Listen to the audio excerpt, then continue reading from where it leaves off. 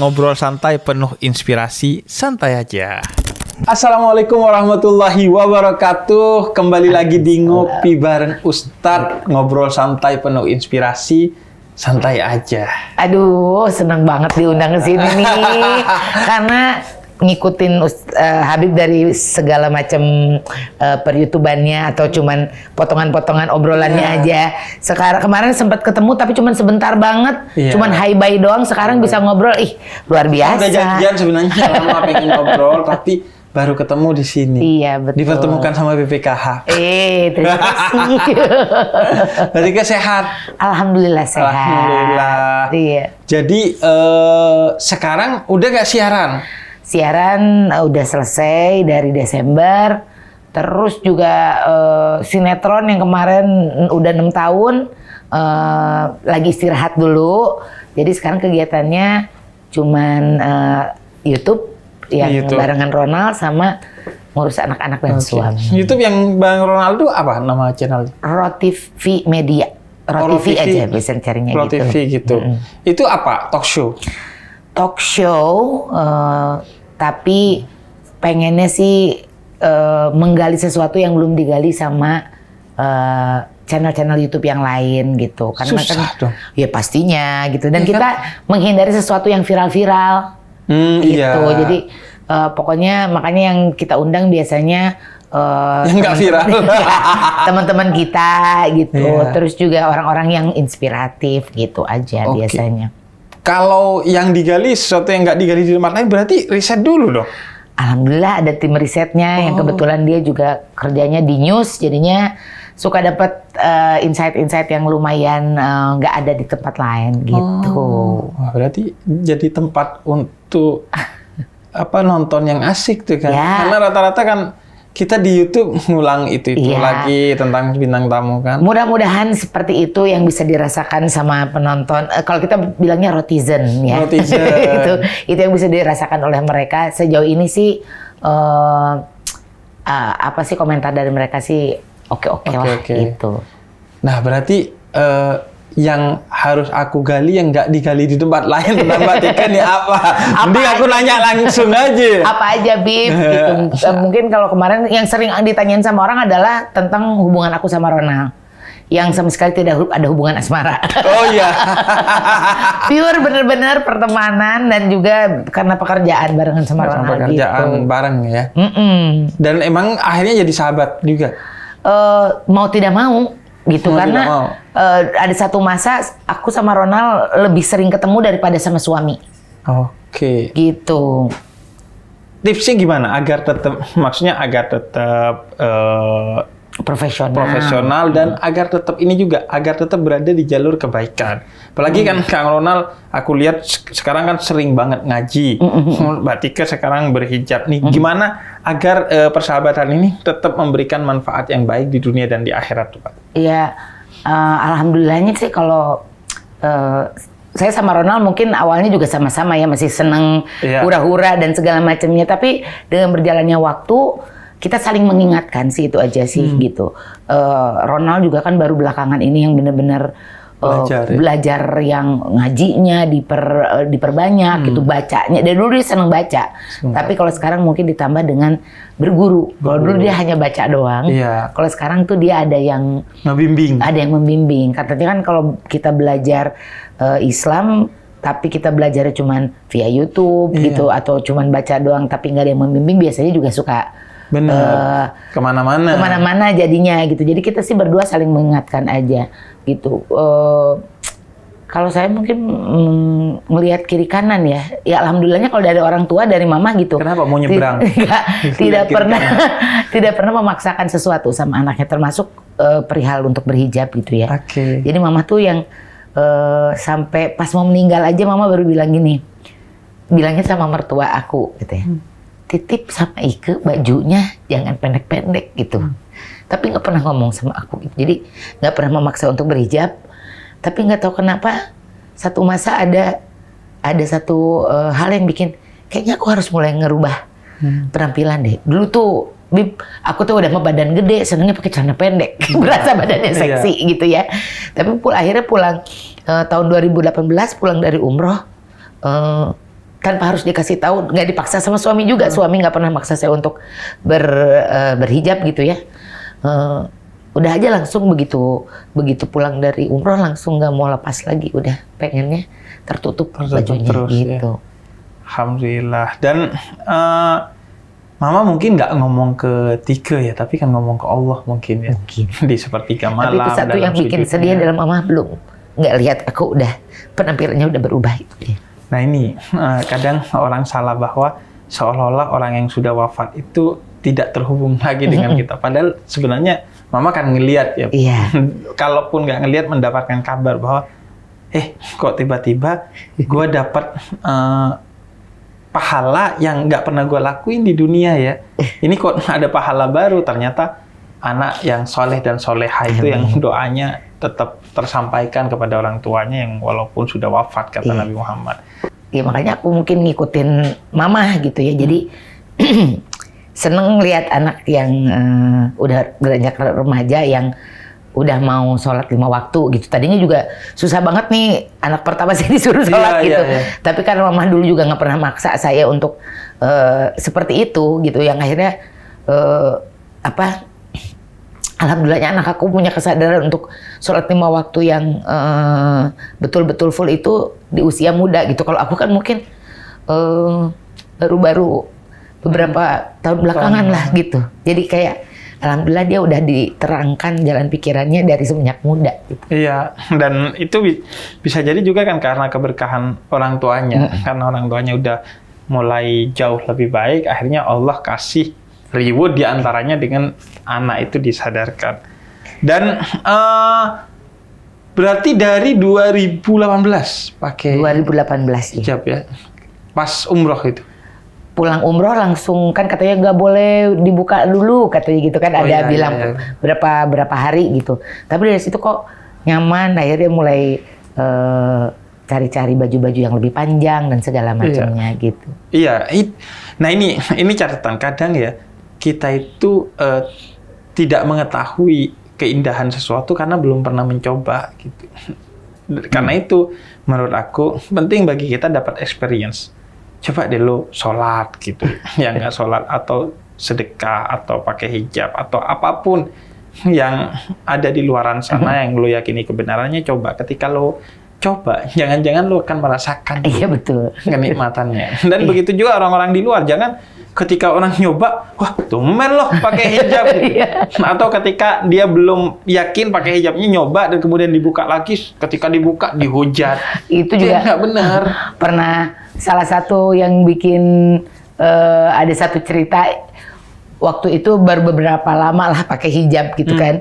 Tiba-tiba perjalanan Bandung-Jakarta, naik kereta. Kayaknya memang lagi diuji ya, kuat nggak sampai nggak buka hijab gitu, karena keretanya anjlok. Jadi yang mestinya berangkat jam 8 pagi akhirnya baru berangkat tuh sore gitu karena numpuknya penumpang. Rasanya pengen buka jilbab saat itu gitu ya. Gerah ya. Udah mah panas ya, kesel juga gitu sama orang-orang, karena biasalah kalau misalnya ada kayak begitu kan orang-orang kayaknya pengen maju duluan gitu kan. Tapi alhamdulillah itu bisa terlewati. Dari situ mungkin kayaknya jadi udah terbiasa aja untuk lebih tertutup lah penampilannya gitu. Ya, memang sepatutnya kan kita terus menutup aurat kita, tapi kan setiap orang punya spiritual journey-nya sendiri-sendiri. Jadi ketika orang itu belum baik, belum sempurna, atau dia mencoba dan kemudian gagal, jangan dihujat gitu. Jangan-jangan akhirnya mereka nggak berani mencoba menjadi baik karena khawatir kepada kita. Iya. Ntar dihujat, lu jangan coba-coba deh. Kalau takutnya sama orang ya, Bib. Iya, bukan takutnya sama Allah akhirnya gitu. Nah, berarti udah pernah umroh berarti ya? Umroh 2018 dan alhamdulillahnya udah daftar haji juga, Bib. Alhamdulillah. Daftar haji berarti tahun? 2019 kayaknya. Oh, itu karena umroh berarti? Karena umroh, iya. Umroh gitu. Aja begini, apalagi haji. Biasanya mikir gitu kan? Karena kan katanya lebih lama kan biasanya. Dan aku daftarnya haji reguler. Haji gitu. Reguler. Aku suami sama kakak. Oke, berarti 2 tahun lagi berangkat? Alhamdulillah kalau sampai 2 tahun lagi. 2019 aja waktu tunggunya 20 tahun gitu. 20 tahun. 20 Sekarang tahun. malah sampai 25 tahun. 25 tahun. Tapi kan kemarin ada pandemi tuh gitu. Kayaknya mundur lagi tapi aku nggak berani lihatnya kapan berangkatnya. Iya. Ya apa ya? Ya udah ikhlas aja gitu, maksudnya dalam arti kalau misalnya harus berangkat pasti berangkat kok, nggak mungkin nggak gitu. Karena teman aku kalau nggak salah nih ya, dia daftar waktu tunggunya 10 tahun waktu itu. Nggak tahu ada apa mungkin ya 2 tahun kemudian dia langsung berangkat. Iya. Itu sama orang tuanya haji reguler juga. Prinsipnya sih kalau aku ya, siapa yang ingin ditemui oleh Allah pasti akan dipanggil. Amin. Dan siapa yang tidak ingin ditemui oleh Allah, ya nggak akan ditemui walaupun dia ke sana. Tugas kita itu hanya daftar. Berangkat nggak berangkat itu kan urusan Allah ya. Kalau daftar itu kewajiban kita. Yang seandainya pun nggak berangkat karena qadarullah, takdir dari Allah, karena mungkin sakit, karena mungkin wafat dan lain sebagainya, kata Nabi kita telah dihitung menjadi haji yang mabrur setelah melakukan satu kebaikan yang sempurna. Karena tugas kita hanyalah berusaha. Yang menakdirkan itu kan Allah ya. Itu kayaknya waktu mau daftar juga kayaknya salah satu foto yang paling manis senyumnya adalah pas foto buat daftar kemarin. Oh iya. Karena mungkin udah saking senangnya nggak tahu berangkatnya kapan gitu kan gitu. Iya. Dan udah selesai tugas kita sebagai umat Islam untuk menunaikan rukun Islam yang kelima udah selesai dengan kita daftar. Selebihnya kan ya urusan Allah dan kalau jadi urusan Allah udah kelar tuh urusan. Iya, kita kan nggak pernah tahu nanti sehatnya seperti apa gitu. Bener. Kan ya Bibi ya. Iya, karena kan man istata'a ilaihi sabila. Haji itu bagi yang mampu termasuk soal kesehatan yang kita nggak tahu. Dan ini juga, tapi Mbak Tika nggak pernah ngecek ya Pak sekarang? Berangkatnya tahun berapa? Cemas gitu kalau misalnya. Pertama biasanya suami yang suka ngecek kan gitu. Cuman karena kemarin setelah nunggu setelah ada pandemi, waktu tunggu 20 tahun tiba-tiba ada pandemi yang semua mundur lagi. Karena kan sama sekali nggak boleh ke sana kan pada saat 2 tahun tidak boleh ada haji kan pada saat itu kan. Jadinya kapan berangkatnya nih gitu kan. Jadi deg-degan mau ngeliat gitu. Padahal sebenarnya kalau di bpkh.go.id itu ada virtual account yang kita bisa ngelihat oke lah jadwalnya mungkin kita deg-degan tapi nilai manfaatnya bisa dilihat. Jadi kan 25 juta uang setoran yang kita store untuk daftar haji itu kan diinvestasikan secara syar'i, transparan dan akuntabel oleh BPKH, Badan Pengelola Keuangan Haji, dan nilai manfaatnya itu dibagi secara adil. Jadi setiap waktu itu duit yang disetor itu bertambah nilainya. Yang itu kemudian jadi nggak stay segitu aja. Nggak stay segitu karena diinvestasikan dan itu yang kemudian nanti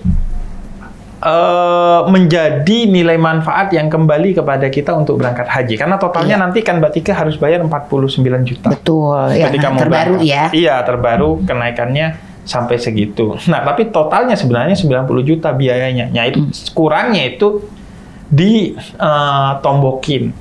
Pakai nilai manfaat yang dikelola oleh BPKH. Yang selama ini udah dari jemaah-jemaah yang lain juga gitu jemaah yang lain. Nah makanya karena agar juga jamaah yang lain juga mendapatkan secara adil, makanya nilai manfaatnya itu langsung dibagi rata.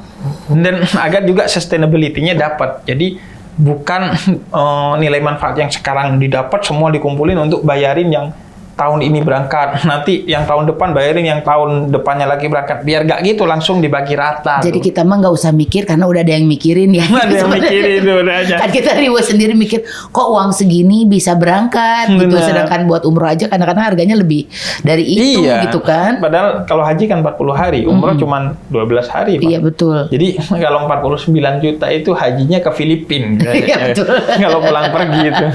Jadi nggak usah riweh ya, biarin aja yang udah ada kok bapak-bapak sama ibu-ibu ini yang mikirin si nilai pertambahannya. Dan itu pun kenaikan dana setoran haji dari 35 juta di tahun sebelumnya 2023 ke di tahun 2022 ke 49 juta di 2023 itu selain agar bisa menjaga sustainability-nya sampai ke depan. Karena kalau enggak bisa-bisa yang belakang nggak dapetin nilai manfaatnya nih karena terlalu besar lubang yang harus ditutupi oleh BPKH. Itu juga karena MUI minta haji itu kan bagi yang mampu, kata MUI. Nah, kalau mampunya bayar cuman 35 juta padahal biayanya 90 juta, itu mah bisa jadi nggak mampu sebenarnya. Karena itu MUI minta dinaikin sampai melebihi 50%. Dan kalau bisa nanti kita sepenuhnya bayar sendiri. Amin, mudah-mudahan. Iya, dan bayarnya kan bisa dari nilai manfaat kan. Iya. Jadi pengelolaan dana oleh BPKH ini dari hulu ke hilir itu berbasis syariah. Bukan hanya investasinya berbasis syariah, tapi sejak jamaah mendaftar haji, jamaah itu diminta menandatangani akad wakalah agar duit yang disetor kepada BPKH itu sesuai syar'i penyetorannya, yaitu diwakilkan kepada BPKH, dipercayakan ke BPKH untuk dikelola secara syariat agar mendapatkan nilai manfaat yang kembali kepada jamaah tersebut. Artinya jamaah telah memberikan mandat secara syariat untuk diwakilkan pengelolaan dananya kepada BPKH tuh. Jadi pokoknya dari hulu ke hilir syariat. Dan emang iya begitu. Nah, kalian bisa cek sendiri di websitenya bpkh.go.id, itu lengkap semuanya. Buat apa, nilai manfaatnya berapa, nilai-nilai syariahnya gimana, dan lain sebagainya, itu lengkap lah.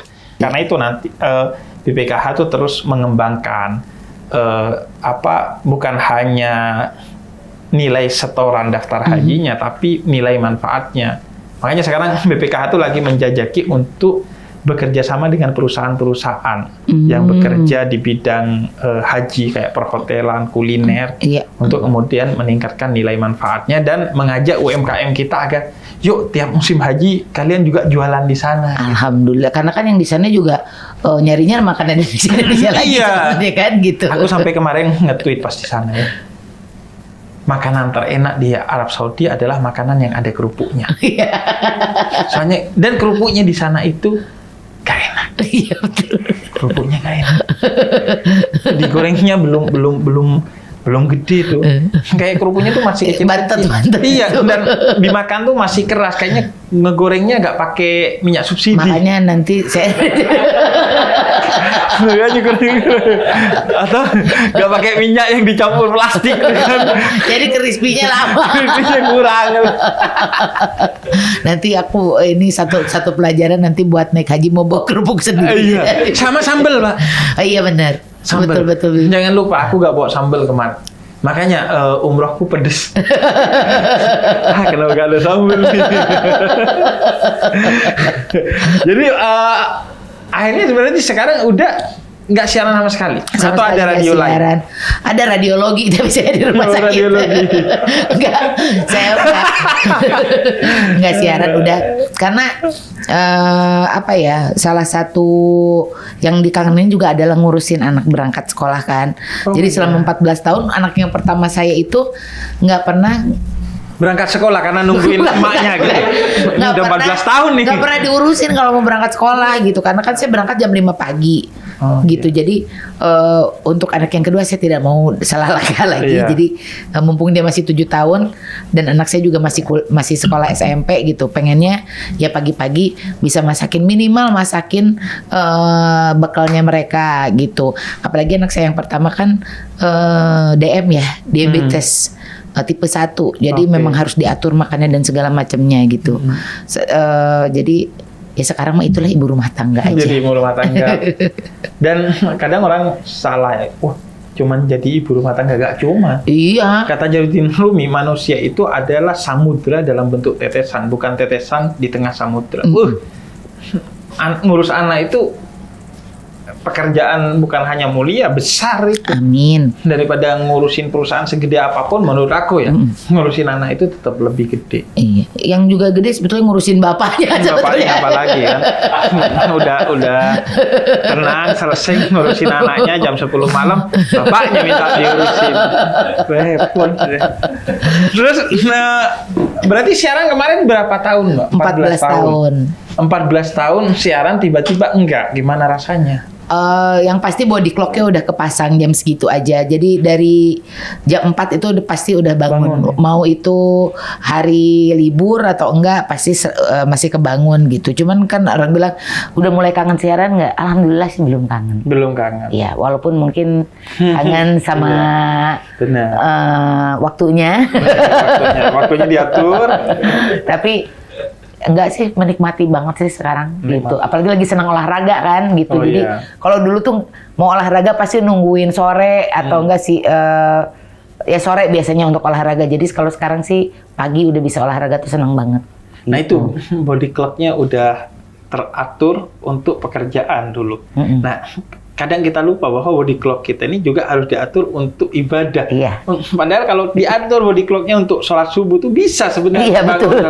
Cuma karena nggak pernah diatur, akhirnya sholat subuhnya jam 7:30. Lewat dulu. Sholat duha itu. Alhamdulillah sih nggak dibilang nggak pernah kelewat. Berkahan kayaknya ya. Insya Allah. Iya kan keberkahannya itu. Jadi kerja sekaligus ibadah. Terus sekarang lagi ini rajin jaga kesehatan. Ya, olahraga. Betul. Sebenarnya dari beberapa tahun yang lalu sih, dari 2018 gitu. Mungkin salah satu juga waktu berangkat umroh kemarin agak kelelahan fisik dan segala macam gitu. Jadi itu salah satu trigger juga. Jadi waktu itu berat udah sampai 105 sih, Beb, gitu. Jadi kayaknya segala sesuatu dikerjainnya jadi agak lebih susah gitu. Akhirnya ngelihat temen yang kebetulan dia juga konsul sama dokter gizi, karena kalau pengen nurunin berat badan mah kayaknya udah berkali-kali dilakukan, dari mulai terapi cubit, terapi segala macam lah. Rel pernah. Pokoknya segala macam perdietan udah pernah dicoba ya, tapi yang paling sukses sih ya sekarang ini. Jadi konsul sama dokter dari 105 sampai beratnya terakhir 69. Iya, kurus banget loh sekarang. Enggak kurus banget sih. Enggak kurus banget tuh Dian Sastro gitu tuh. Oh, itu masalah membandingkan kan. Maksudnya kita itu membandingkan dengan diri kita yang lalu, dengan orang lain. Kalau dengan orang lain jadi insecure gitu. Jadi gitu, alhamdulillah turun hampir 40 kilo lah ya. 60 berapa sekarang? Sekarang nggak tahu nih berapa, karena udah nggak pernah ke dokter lagi. 60. 69 terakhir. Aku aja 74. Tapi kayaknya saya 75 deh sekarang, udah naik lagi. Aku tinggi kan. Gitu, terus ya itu sebetulnya bukan dicari pengen kurusnya, waktu ke dokter gizi juga lebih jalan sedikit aja kan, karena bobotnya masih besar tuh, kaki itu sering sakit. Sebagai gitu. tumpuan ya. Nah jadi mudah-mudahan nanti kalau misalnya ya Allah dikasih kesempatan untuk berhaji, mudah-mudahan udah bisa haji lebih itu fit bisa lagi. 3 kali lebih berat loh, Iya, karena betul. ada wukuf, ada kredit kan, 2 juta orang ngumpul di sana, itu jauh lebih tantangannya jauh lebih besar lah ya. Makanya dia juga ibadah fisik, makanya istitoahnya kemampuannya juga harus kemampuan fisik. Makanya ya udah kita pasrah aja, daftar secara reguler 25 juta, itu tugas kita sampai di sana. Betul. Berangkat atau nggak berangkat itu semua takdir dari Allah. Nah, kalau aku ya jujur kenal Batika ini pertama kali di Extravaganza. Betul. Itu pertama kali sama Toras Sudiroy, sama Aming dan lain sebagainya. Itu berarti setelah jadi penyiar radio. Nah, atau justru karir awalnya di sana? Jadi sebetulnya gini, berbeda dari orang lain yang biasanya batu loncatannya radio untuk masuk TV. Aku itu masuk TV dulu, baru ke radio di Bandung dulu, gitu. Jadi di-hire sama radio karena aku udah masuk TV. Dulu kayaknya keterima Extravaganza juga bukan karena bagus-bagus amat sih, tapi karena murah. Tapi Extravaganza tuh bercokol berapa tahun lama, Pak ya? 5 tahun kita, tapi ya namanya sampai sekarang nggak bisa dilepasin dari Extravaganza. Iya, 5 tahun. Sebelum akhirnya bubar jalan. Bubar jalan, dan akhirnya kembali ke radio. Ya, akhirnya kalau kata Ronald, kalau Ronald ada di sini dia pasti bilangnya, Tika tuh masuk ke radio itu gara-gara saya, gitu. Kalau dia ngakunya gitu. Jadi saya tahu kamu nggak punya kerjaan, jadi saya ajakin buat siaran radio. Sekarang balas. Ke radio karena saya. Berarti 14 tahun sejak dari Extravaganza ya? 2009 kalau nggak salah siaran itu ya. Siaran pertama. Kembali lagi di Radio BPKH. Kali ini kita akan dengerin satu lagu dari Raisa. Itu kayaknya siaran zaman dulu deh. Gimana sih? Itu nganter ke lagu kan? Enggak juga.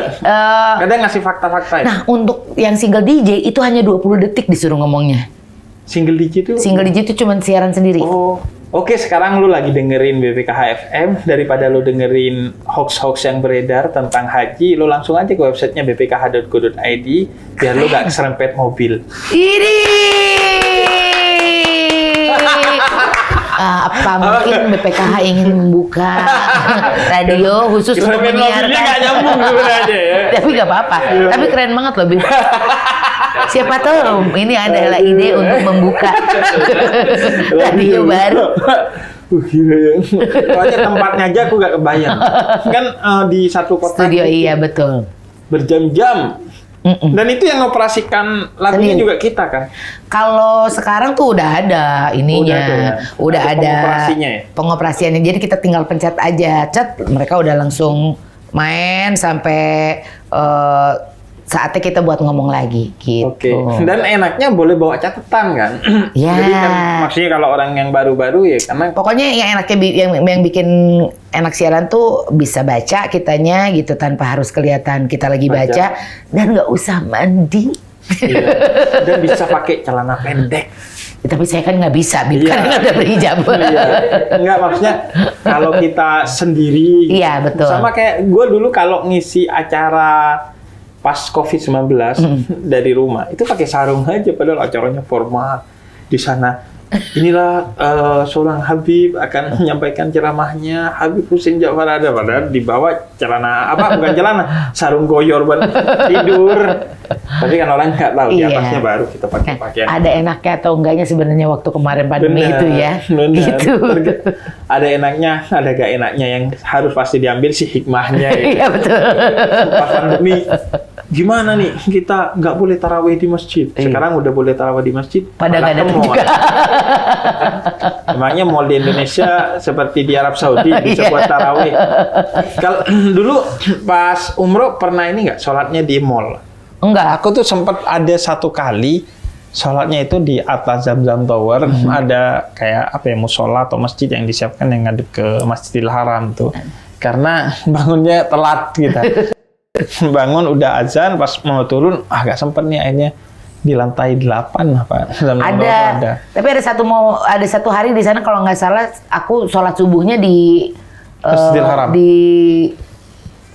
kamar hotel karena kesiangan bangun dua-duanya. Iya, dan udah bisa sholat padahal. Iya, jadi kan bagusannya kan sebelum azan tuh kita udah di sana gitu, udah siap-siap. Ini kita pas bangun pas lagi azan ya udah nggak keburu, udah sholat di sini aja gitu kan. Karena kan tetap kedengeran kan lagi itu. Dan anehnya hotel-hotel di sana itu ada penanda kiblat. Dan anehnya kita juga nyari penanda kiblat di mana, padahal Ka'bahnya kelihatan di sana. Kita nyari, nih kiblatnya di mana ya, pakai aplikasi. Padahal Ka'bahnya kelihatan. Emang orang tuh susah. Iya kan lebih percaya sama gadget sekarang itu. Iya, lebih percaya sama gadget. Padahal kayak kita udah ketemu sama orangnya, tapi di gadget, katanya si Anu itu begini loh. Lebih percaya. Nah itu aku belajar untuk lebih percaya kepada orang daripada gadget. Yang lain apa yang lagi ini Mbak sekarang ya jadi cita-cita keinginan? Udah aja lah, cuman mengalir aja. Sekarang yang dikerjain ada channel YouTube barengan Ronald, RoTV. Saya tuh kalau bisnis juga tangannya bau, selalu nggak pernah sukses gitu. Bukan tangan dingin ya? Bukan tangan dingin. Pasti kalau jualan nih ya, nggak pernah jualan itu untung. Di akhir-akhir tuh suka kasihan sama orang yang mau beli. Ya udahlah kamu beli gitu. Akhirnya dikasihin dan segala macamnya. Bukan jiwa pedagang. Bukan. Jadi ya udahlah. Saya bisanya di seni, saya juga ada jadi udah di ini aja. Di dunia seni. Apalagi sekarang platform untuk dunia seni itu banyak banget dan bisa dilakukan dari rumah. Betul. Sambil nunggu-nunggu aja kapan berangkat haji ya. Alhamdulillah, insya Allah. Saatnya untuk belajar kali, Bib. Iya, saatnya belajar. Nah, itu penting.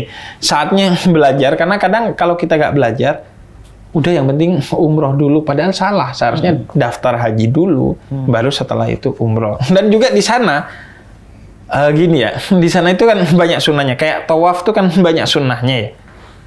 Tapi kalau kita nggak belajar dulu, kita itu sibuk sama buku. Betul. Banyak tuh di sana orang yang tawaf lagi ribet sama bukunya gitu.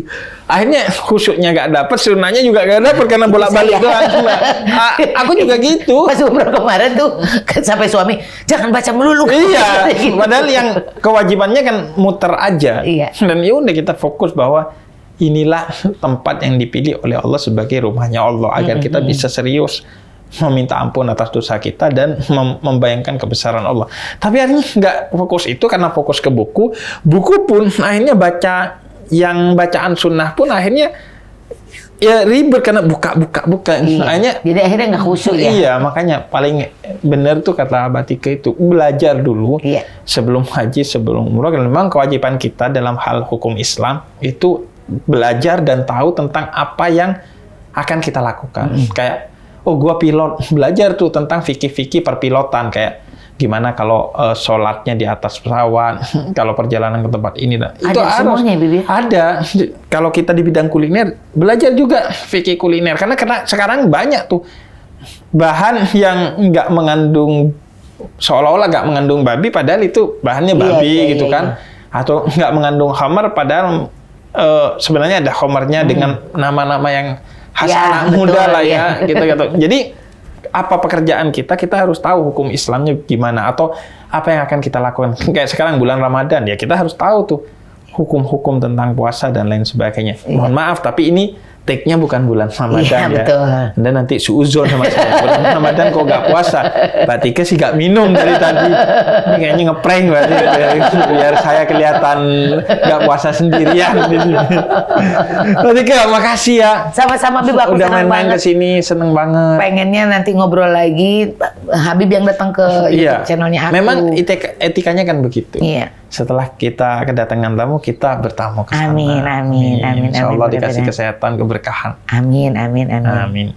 Itu aja buat para haji muda. Kita nyebutnya haji muda karena kita pengen masih muda udah haji karena fisiknya masih kuat kan. Iya. Dan saat kita umroh tuh kita ngelihatkan bahwa di sana tuh si kaya ada, si miskin ada. Iya.